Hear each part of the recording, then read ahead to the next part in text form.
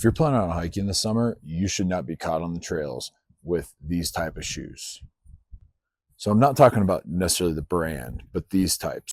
So I spend a lot of time in the mountains, whether I'm trail running or hiking, hiking by myself, hiking with my family, spend a lot of time in the mountains. One of the things is I live in a place for my daily hiking where I see a lot of tourists, a lot of unprepared people that go out there, and I see them a lot with shoes like this. So not the brand of shoe, but the type of shoe. So this is a road running shoe. You look at the bottom, it's really flat. There's not a whole lot of grip. Almost every time I'm out on a trail, there are people out there with the incorrect footwear. So they're out there on these moderate trails.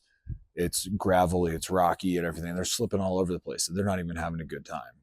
Road running shoes are perfectly fine for, well-groomed trails, mostly around like cities and kind of even at the foothills here in Colorado, there's some well-groomed trails. These are perfectly fine, but you should really invest in some good hiking footwear for it that have good grip. And here's what I'm talking about.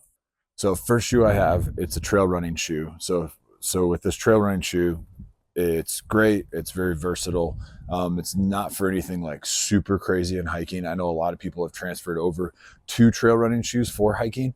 It's more of personal preference, but and I'll show you in a minute. I'll show you the grips on all these. The next one is more of like a crossover shoe. You'll find these in the running section of Solomon, but ultimately they are hiking shoes. They're a little bit too heavy for me for running. I know some people have run in them. I personally haven't, but these are a great option too. Your next one is your traditional hiking boot. So over the ankle, you get the ankle support. These are light hikers. With these, I usually wear these really rocky terrain. I'm carrying weight over 30 pounds so I can get that. So here we have the different shoes. So you got your traditional hiking boot right here. The grip's pretty worn down, definitely in the market for a new pair right now. But you can see you got the lugs on the bottom, help with the grip. Same with the crossover between the trail runner and the hiker. Really good grip, good for muddy conditions. And then you have your trail runner. So let me just plop this over here.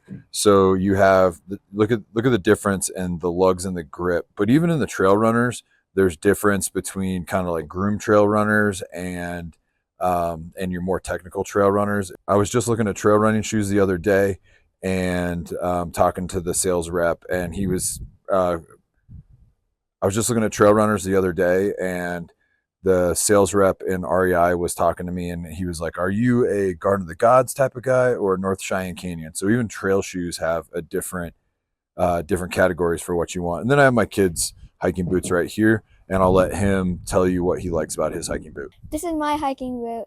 I really like it because I like the grip and I don't slide a lot. So those are all the different grips and the different features of shoes, but just don't go out and think regular road shoes will be good for hiking, because they really could get you there, but you could be slipping, not have a good time, also even dangerous.